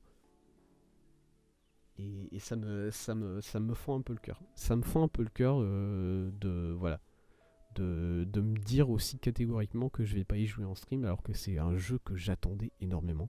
Et au final, vu ce qu'on va sortir depuis une semaine et vu les premiers retours qu'on en a là, je suis incroyablement déçu. Et je pense sincèrement pas que je suis quelqu'un qui pense beaucoup au graphisme. Hein. Je joue à des jeux Musso. C'est à partir de là, tu sais très bien que au niveau graphisme, je m'en fous. Hein. Bon, on n'est pas sur les jeux qui sont les plus incroyables visuellement. Hein. Mais juste là, c'est trop, je peux pas. Ça me dérangerait de jouer à ce jeu en live et en sachant très sincèrement que je serais de mauvaise foi, quoi. Du coup, voilà. Je n'y jouerai pas. Alors que, par contre, si on peut parler d'un autre jeu Nintendo. Alors, il faut savoir que moi, sur les jeux sur Nintendo, il y a vraiment deux licences que je suis particulièrement. C'est Zelda et c'est Kirby. Voilà. Pokémon, c'est pas forcément une licence qui m'enthousiasme plus que ça. Voilà, c'est des jeux que j'aime bien, mais pas plus que ça. Par contre, Zelda et Kirby, voilà. Et Kirby, si vous avez suivi un peu le Kirbyverse, euh, alors ça c'est un jeu qui était annoncé depuis un petit moment déjà, mais on a enfin on a eu un extrait des gameplays et on a eu une date de sortie le 25 mars. Et je suis hype. Voilà, du coup je me remets à la hype pour un jeu qui n'est pas encore sorti et ça se trouve je vais être déçu à une semaine de la sortie, mais je suis hype pour ce jeu Kirby parce que c'est un jeu Kirby en open world. Ah, let's go. Ça me rappelle beaucoup ce qu'ils font avec Mario. Voilà. Même si c'est une formule qui est un peu différente de Mario, parce que Mario, c'est un open world où tu as quand même des niveaux, tu vois. Que ce soit dans le premier Mario 3D qui était Mario 64, où tu dois rentrer dans les tableaux, ou Mario Odyssey, j'allais dire le dernier Mario 3D qui est sorti, mais non, parce qu'il y a un remake. Il y a un remake de je sais plus quel Mario 3D qui est sorti ensuite. Mais dans Mario Odyssey où tu as des mondes en fait. Et où tu passes de monde en monde en utilisant le petit vaisseau là.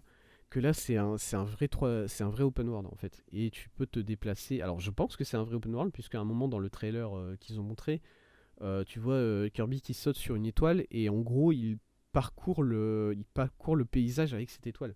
Voilà, c'est pas une téléportation d'un monde à l'autre, c'est juste le l'étoile, c'est un moyen de fast travel. Voilà, et du coup, c'est un vrai open world. Alors, il y a de la coop, parce que j'y jouerai en coop, j'en suis pas sûr. Mais je suis de plus en plus hype par ce jeu Kirby. Voilà. Et est-ce que j'y jouerai en stream? Ça part sur un oui. Pour l'instant, ça part sur un gros oui. Ouais. Après, faut voir. Faut voir si ma hype se confirme jusqu'à la sortie du jeu ou si au final ça se défait petit à petit, mais pour l'instant ça part sur un oui, sur un oui. Ouais, j'ai très hâte de voir ce jeu sortir. Voilà. Je pense que c'est tout. Alors, ça c'est fini pour les jeux du coup. J'ai parlé des jeux auxquels j'ai joué, j'ai parlé des jeux auxquels je vais jouer ou je ne vais pas jouer en stream. Et qu'est-ce que j'ai fait d'autre au final durant cette pause? Ça sera le dernier segment parce que falloir commencer à jouer au jeu, bon non, mais bon, on est en free talk. Hein. Je l'avais dit, ça va prendre un petit moment. Là, on est à combien? On est à 1h20. Ça va, tranquille. Du coup, voilà, tac, je clôt le sujet jeu. Et série. Parce que ça c'est quelque chose que j'ai commencé à faire quand j'étais malade. Parce que quand t'es malade, tu regardes des séries. Et du coup, j'ai regardé pas mal de. Enfin, j'ai regardé pas mal de séries. J'ai commencé pas mal de séries et vous me connaissez, hein, je commence pas mal de trucs et je les finis pas. Euh, Qu'est-ce que j'ai commencé comme série? J'ai commencé la série Arcane. J'ai regardé le premier épisode et je vous entends déjà parler. Oh là, il va nous faire la même chose que dans Danganronpa. Il va regarder le premier épisode et ensuite il va jamais continuer. Non, je vais continuer Arcane. C'est juste que là, je suis sur d'autres séries qui m'intéressent un peu plus. Même si Arcane, bon, voilà. Vous aussi, vous avez entendu parler de cette série. Elle est encensée par absolument tout le monde. En plus, moi, j'ai des amis qui jouent beaucoup à League of Legends. Je joue pas trop à League of Legends. J'y ai joué, quoi? Il y a 4 ans. Voilà, 2018-2019, c'est plus vers cette période-là que je jouais à LoL. Et en plus, j'y jouais pas beaucoup. Voilà. Si vous voulez savoir, j'avais le rôle de healer, enfin de support. Ça s'appelle support dans ce jeu. Et je jouais principalement Nami, parce que j'aime beaucoup Nami. Voilà. Et je jouais Nautilus. Justement, je me rends compte que c'est deux persos qui sont basés sur la mer en fait. C'est deux persos marins. Je viens de me rendre compte que j'ai un type. Voilà, j'ai un type de perso dans dans League of Legends et c'est les persos qui vivent dans la mer, tout simplement. Peut-être que si je jouais mid, j'aurais Fizz. Je sais pas. Oh là là, ça me terrifie d'apprendre ça à propos de moi-même d'un seul coup. Et du coup, voilà, Arcane, qui est une série. Bon, voilà, j'ai regardé le premier épisode, c'est absolument incroyable, évidemment. C'est juste incroyable cette série et j'ai hâte de retourner dessus pour la finir, évidemment. J'ai commencé aussi la deuxième saison de Demon Slayer. Comment il s'appelle en. Bah, du coup, je viens de marquer Arcane alors que. Non. Comment il s'appelle en japonais? Kimetsu no Yaiba. Je crois que c'est ça son nom. son nom japonais, Demon Slayer, la deuxième saison qui est en train de sortir en ce moment. J'ai regardé, c'est pareil, j'ai regardé les 2 premiers épisodes, je crois, de cette saison. Ils sont sur un nouveau format d'épisode. Voilà. Première saison, on était sur un format d'épisode qui était très classique, qui était des épisodes de 23-25 minutes, quoi. C'est la base. Et là, ils sont sur un format qui sont plus des épisodes de 40 minutes. Ou voilà, autour de ces temps-là. Écoutez, pourquoi pas, hein, ça me dérange pas. C'est comme ça. Et du coup, c'est en train de sortir en ce moment. J'aime beaucoup. Alors, j'aime beaucoup Demon Slayer, mais sans plus. Voilà. C'est-à-dire que c'est très beau. C'est très beau à voir, forcément. C'est fait par. Putain, je sais plus le nom de ce studio qui fait ça. Mais ils font toujours un travail absolument incroyable sur la production. Du coup, forcément, c'est incroyablement beau à voir. Niveau histoire, j'aime beaucoup, même si bon, c'est du shonen, quoi. On est sur des choses qui sont, je vais pas dire convenues, mais il y a des codes. C'est très codifié comme genre. Du coup, forcément, t'as peu de surprises sur ce qui se passe. Mais voilà, ça reste une série qui est très bonne à regarder. Je vous la recommande, évidemment. Et surtout les deux. Voilà, c'est le son qui vient de recommencer là. Ça m'a fait peur. Et surtout les deux séries que je regarde beaucoup en ce moment, c'est alors évidemment Jojo, mais Jojo on va en parler ensuite. La série voilà, la première série que je regarde beaucoup au moment, c'est The Witcher. The Witcher saison 2 qui est sortie, et j'ai déjà regardé la saison 1 il y a quelques années quand elle a été sortie. Alors, disclaimer, je n'ai joué à aucun jeu The Witcher et je n'ai pas lu les livres. Voilà, mais forcément c'est un univers que tu connais parce que si tu t'intéresses un minimum aux jeux vidéo, tu as entendu parler de The Witcher 3 qui est un des RPG les plus encensés de tous les temps. Voilà, tu as entendu parler de The Witcher en tant que jeu vidéo si tu t'intéresses un peu aux jeux vidéo. Et du coup voilà, je connaissais un peu l'univers de The Witcher et la première saison que j'avais trouvé absolument fantastique. Voilà, Henry Cavill. J'allais dire Henry Cavill, quand il veut, il me détruit, mais Henry Cavill est quelqu'un de très respectable et il ne détruit personne. Voilà, c'est un homme absolument parfait. Et du coup, quand il veut, il me raconte. Henry Cavill, quand il veut, il me raconte ce qu'il est en train de faire sur Warhammer 40 000. Voilà. Parce qu'il adore Warhammer 40 000, c'est un truc de fou. À chaque fois qu'on lui donne l'occasion de parler de ses hobbies, c'est parti, on l'arrête plus. Du coup, la première saison qui est déjà iconique. Deuxième saison, je suis qu'à la moitié pour l'instant, je me suis arrêté à l'épisode 5. Enfin, j'ai fini l'épisode 5, j'ai pas encore commencé l'épisode 6. Et c'est un sans faute, voilà, c'est toujours aussi incroyable, c'est un sans faute cette série, cette saison 2 pour l'instant. C'est vraiment. Même si j'ai entendu certaines personnes râler sur des changements qui ont été faits entre le livre et la série.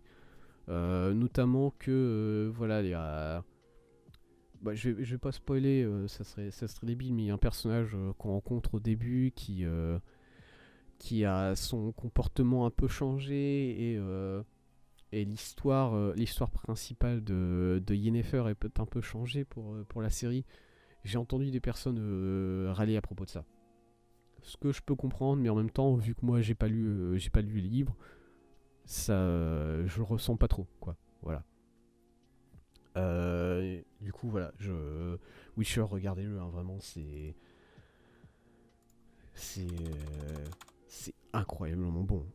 Et évidemment Jojo. Alors Jojo, Jojo, évidemment, je suis arrivé à l'épisode combien? Je suis arrivé à l'épisode 8 de mémoire. La dernière fois que j'ai fait un live, j'en étais à l'épisode 4 de mémoire. Je crois, il me semble. Parce que, attendez. Alors, j'en ai parlé dans mes... Si vous voulez savoir mes avis... si vous voulez que je parle des épisodes 5 et 6 de Jojo, allez voir les vidéos que j'ai fait sur Isaac. Notamment, je crois que c'est les 3 premières vidéos, c'est là-dedans que j'en parle. Allez voir ces vidéos-là. Parce que là, les épisodes 5 et 6, voilà, je vais pas en parler, je vais en parler très rapidement ici. La dernière fois qu'on s'était quitté, c'était en gros Jolene qui était avec son père, Jotaro, dans la cellule, dans la cellule, l'endroit où rencontre sa famille, en prison. Je devrais connaître le nom de cette pièce parce qu'en plus, avec Prison Architect, voilà, tu construis des pièces comme ça. Salle de visitation. Visitation Room, ça s'appelle comme ça dans Prison Architect, voilà. Les salles de visite, salles des visiteurs, je sais pas, voilà. Elle était dans cette salle-là avec son père, et son père voulait la faire sortir, sauf qu'ils se sont rendus compte qu'ils étaient dans un rêve, et ils ont entrepris de s'échapper du coup. Épisode 5-6, concrètement, c'est Jotaro qui essaie de s'échapper avec Jolene de la prison après être sorti du rêve. Et on rencontre enfin le stand de celui qui est l'antagoniste principal de la série, enfin de la saison. Un stand qui s'appelle White Snake. Qui est un stand, c'est un pouvoir qui est très complexe à décrire. En gros, il est capable de transformer l'âme des personnes en 2 disquettes. Voilà, c'est 2 CD. Il y a un CD qui a les mémoires de la personne et un autre CD qui a le stand de la personne.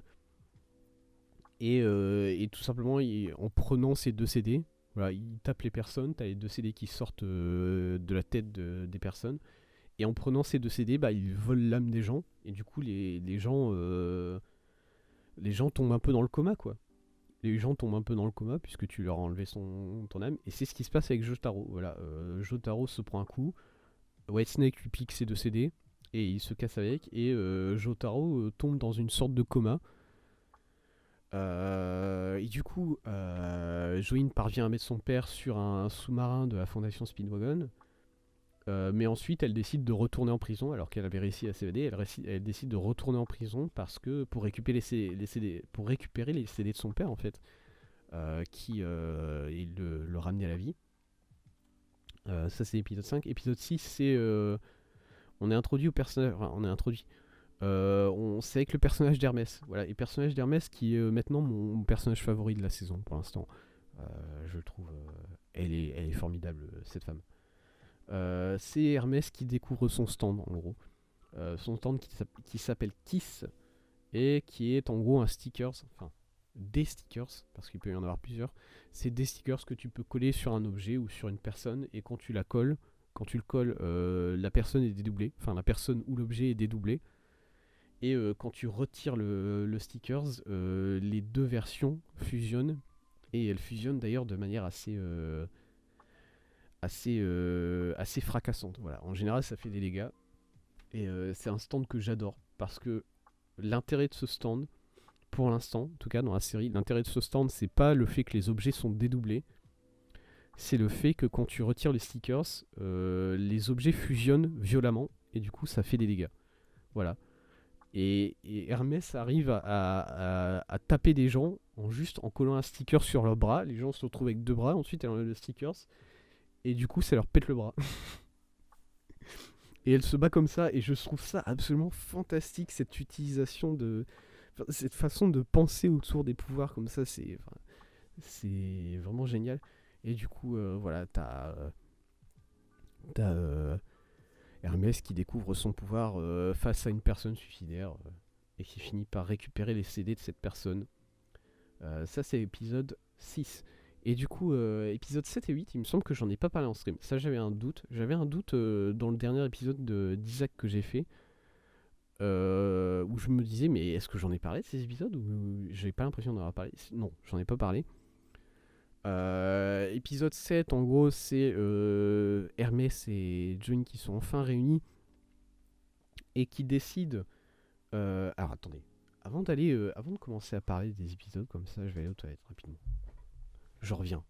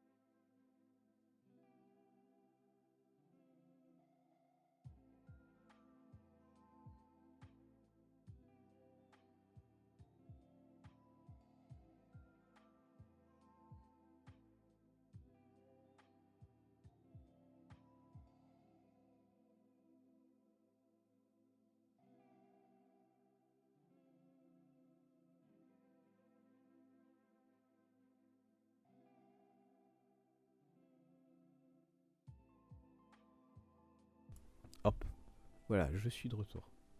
Donc, on était en train de parler de l'épisode 7. Épisode 7, Jolene et Hermès sont enfin réunis. Et elles se rendent compte qu'en gros, Whitesnake a volé je sais pas, 20-30 CD. Et il les a cachés dans le pneu d'un tracteur qui se situe dans la partie champ de la prison. Parce que là, c'est une prison très grande, du coup, il y a des champs à un endroit avec des tracteurs, tout ça. Et il a planqué les CD dans les pneus d'un tracteur. Et du coup, elle décide de profiter en gros d'une chasse à l'homme pour aller chercher dans les champs et récupérer les CD. Sauf que ça se passe pas comme prévu. D'ailleurs, l'intro de cet épisode où tu vois du coup les deux détenus qui ont disparu et qui sont attaqués par un monstre, c'est formidable. J'ai beaucoup aimé cette intro. Ça fait très horreur en fait. Et c'était très intéressant à voir. Et du coup, effectivement, il y a un monstre, un stand qui défend les CD et qui donc attaque le groupe. Le groupe, voilà, c'est un groupe de 5 personnes, sauf que non, en fait, ils sont 6 qui étaient venus dans les champs pour faire la chasse à l'homme. D'ailleurs, on est introduit au personnage de Atreo. Atreo qui est une fille qui était présente dans l'intro, voilà. Et d'ailleurs dans le trailer de la série, elle était présentée sous le nom de Foo Fighters, enfin de FF. D'ailleurs, j'ai un problème avec la censure la censure des noms dans cette série, parce que c'est pas logique. Je comprends pas pourquoi. En fait, voilà, je comprends bien qu'il y a des problèmes au final à nommer tes personnages le nom de marque, de mode, ou bien du nom de certaines chansons ou de certains groupes de musique très connus, par exemple Foo Fighters ou Kiss, ou voilà, des trucs comme ça. Mais juste, je comprends pas pourquoi appeler le personnage FF au lieu de Foo Fighters, ça règle le problème. Parce que ça ne règle... En fait, quand le personnage parle dans la série, ils ont pas redoublé le personnage juste pour qu'il dise FF. Du coup, quand le personnage parle dans la série, il dit Foo Fighters. Le nom de l'épisode 8, c'est Foo Fighters. Par contre, en sous-titre, il y a écrit FF. Du coup, t'entends le personnage qui dit Foo Fighters et en sous-titre, il y a écrit FF. Et voilà, et ça marche vraiment, ça? C'est le fait que à l'audio, t'entends Foo Fighters, mais vu qu'il y a écrit FF dans les sous-titres, les grands studios de musique, Universal, tout ça, ils tournent les yeux, ils font « Ah, on n'a rien vu ». Ça me paraît très con. Voilà. Mais en même temps, vous me direz, c'est des règles de copyright et c'est très con de base, du coup, ça suit un peu. Bref, on est introduit au personnage de Atreo, qui est une fille qui est présente dans l'intro et qui d'ailleurs a le nom de Foo Fighters dans le trailer. Et c'est une fille qui explose. Littéralement. Voilà, je vais pas rentrer dans les détails, mais elle a un bracelet au poignet qui explose et la partie supérieure de son corps est réduite en bouillie. Voilà, il reste plus que ses jambes. Et toi, t'es en train de regarder l'anime à ce moment-là et t'es en mode, mais attendez, quoi? Attendez, elle est dans le. Elle est dans l'intro, je croyais qu'elle allait faire partie du groupe des personnages principaux, là. Qu'est-ce que. Elle vient de mourir. Excusez-moi. Euh, et du coup. Voilà. Jolene et Hermès parviennent à retrouver le tracteur en question et le tracteur qui a les CD dans ses pneus. Et elles se font attaquer par par le stand qui garde les CD. Et c'est pour cette raison que Atreo explose. Ça c'est l'épisode 7 du coup. Voilà, je l'ai fait très succinctement parce qu'il y a un petit retournement de situation, enfin un retournement de situation qui pourrait en être un s'il n'avait pas été spoilé par le titre de l'épisode littéralement. Où en gros, quand ils partent de la prison pour faire une chasse à l'homme, ils sont 5 et d'un seul coup, en plein milieu de l'épisode, ils se rendent compte qu'ils sont 6. Il y a une personne qui s'est rajoutée en plus et ils sont là en mode bah cette personne c'est le stand qui est en train de garder les CD qui nous attaque. Et du coup, ah oui, c'est vrai, Hermès se fait attaquer par un petit. Par un stand. En gros, elle se fait emmener dans un lac. Enfin, c'est pas un lac, c'est un marais. Par le stand et qui essaye de la noyer en fait. Et le stand, ça a l'air d'être des petits organismes qui se divisent entre eux. Et c'est dans l'épisode 8 qu'on apprend en réalité qu'est-ce que c'est que ce stand. En fait, c'est pas une personne. C'est alors c'est un stand qui s'appelle Foo Fighters, du coup, c'est lui, Foo Fighters, et qui est en gros une colonie de bactéries qui a gagné un stand grâce au CD de Whitesnake. Je sais pas comment ça marche exactement, mais voilà, il y avait une bactérie, il y avait une colonie de bactéries dans l'eau quelque part, et Whitesnake il a dû balancer un CD dans l'eau pour s'amuser, je sais pas, il essayait peut-être de faire des ricochets avec les CD. Euh, et il y a le CD qui est entré en contact avec la colonie de bactéries. La colonie de bactéries a gagné un stand qui est du coup une sorte de stand alors qui a besoin d'eau pour survivre, c'est vrai, mais qui est un peu un stand autonome. Parce que en gros le stand permet lui-même de créer la colonie de bactéries. C'est très particulier, c'est un type de stand qu'on n'a pas encore vu, je pense. Il y a des stands sans utilisateurs, hein. On en a vu Anubis, j'y pense rapidement. Mais là, c'est encore quelque chose de plus particulier. Et du coup, Foo Fighters, qui est du coup un stand qui devient puissant, plus il y a d'eau autour de lui, qui est un stand qui peut se régénérer à volonté, hein, évidemment, puisque tu coupes un bras, il y a juste à créer des bactéries pour refaire son bras. C'est très puissant, c'est un stand qui est très rapide, qui est assez intelligent. Bref. Sauf que c'est un stand qui est très faible contre la poussière. Et en général, tout ce qui est très sec. Voilà. C'est comme ça qu'il se fait battre. Il se fait battre parce que Hermès lui balance un corps, un corps sec dessus et ça fait de la poussière et la poussière l'assèche complètement et du coup il meurt ou bien ensuite il meurt parce qu'il va se balader dans un champ et du coup l'eau est absorbée par le champ et il se fait détruire petit à petit en marchant dans le champ.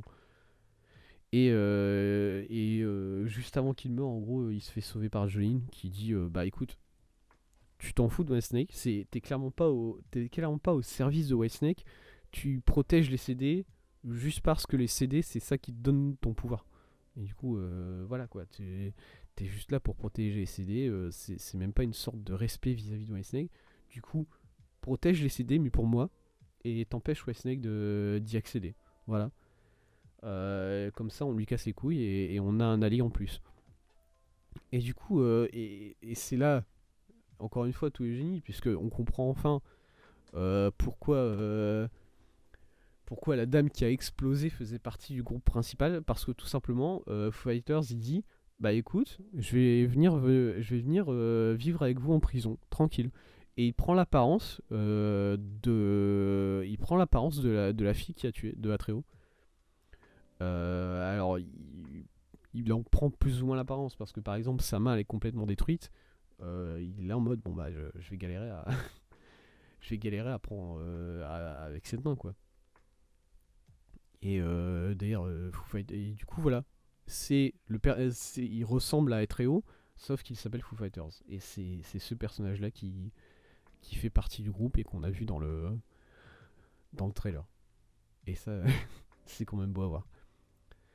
Et d'ailleurs, Foo Fighters voilà, ça s'annonce comme un personnage absolument démonté mentalement. Il commence, voilà, il est là, il lèche les mains de tout le monde, il lèche de l'eau au sol parce que forcément l'eau, il a toujours besoin d'eau pour vivre, hein, ce mec. Il a peut-être changé d'apparence, mais il a toujours besoin d'eau pour vivre. Et du coup, il est là en train de lécher l'eau au sol. J'ai un peu cringe. Bref. Et voilà. Et ça, c'était l'épisode 8. Du coup, on a... Ah oui, mais non. Parce que tout à la fin de l'épisode 8, on est introduit à l'utilisateur de White Snake. Voilà, le grand méchant, je pense, de cette partie, qui est le Père Pucci. Père Pucci parce que c'est un religieux. En gros, c'est le religieux qui est en charge de tout ce qui est religion dans la prison, j'imagine. Et du coup, il s'appelle Père Pucci, qui a d'ailleurs le design de son visage. Il faut vraiment aller taper Père Pucci ou Father Pucci sur internet pour voir ses cheveux. En fait, ses cheveux et sa pilosité faciale de manière générale, ça a des formes très particulières. Ça me fait beaucoup rire. Alors que c'est pas si fou que ça. Hein. Voilà, on a vu plus fou au niveau des cheveux. Au niveau de coupe de cheveux, bon, il y a bien pire dans cette série. Mais là, c'est bizarre. D'ailleurs, en général, de manière générale, sur cette partie 6 de Jojo pour l'instant, je trouve que Araki s'est un peu calmé sur les designs. C'est des designs que je trouve beaucoup plus... ça reste extravagant, voilà, forcément. Ça reste extravagant, mais je trouve ça beaucoup plus calme pour l'instant. Encore que, voilà, t'as des... Mais... Je sais pas pourquoi, je sais pas si c'est la vision qu'il a des États-Unis ou pas. Il y a toujours des trucs qui sont incohérents et j'arrive pas à me l'expliquer. Voilà. Il fait des personnages avec des yeux tout noirs et jamais c'est expliqué. Hein. Voilà, c'est juste une personne normale. Hein. Pour le coup, c'est pas mentalement, je veux dire, c'est pas censé être un utilisateur de stand ou quoi que ce soit. C'est juste un personnage lambda, mais il a les yeux noirs. Voilà. Ou bien par exemple le directeur de la prison qui a les yeux qui sortent. Voilà, niveau, il a un problème au niveau de sa formation osseuse où il a les yeux qui sortent c'est même pas les yeux, c'est les orbites entières qui sortent de son crâne. Et il était là en mode mais qu'est-ce qui s'est passé? Ça va bien monsieur? Du coup voilà, il y a toujours des incohérences où t'es là en mode mais pourquoi? Qu'est-ce que... Ça ressemble à ça les gens en Amérique apparemment. Enfin bon. Et voilà. Je pense que j'ai parlé de tout, voilà. J'ai parlé de ce qui s'est passé. Noël, ma maladie. Le fait que j'ai perdu internet et j'ai décrit rapidement ce que j'avais fait durant cette période du coup. Effectivement. Les différentes choses. Ah, je pourrais rajouter quelque chose, plusieurs choses. Le fait que par exemple... en ce moment, je regarde beaucoup. Ça, j'en ai parlé pareil dans les épisodes d'Isaac. En ce moment, je regarde beaucoup alors, je regarde beaucoup de choses vis-à-vis des échecs. Parce qu'en ce moment, il y a une compétition qui s'appelle Tata Steel. Qui est une compétition de très haut niveau pour les échecs. Et du coup, je regarde ça. C'est absolument fascinant à regarder. Voilà. Mais bon, en dehors de ça, pas grand chose à dire quoi.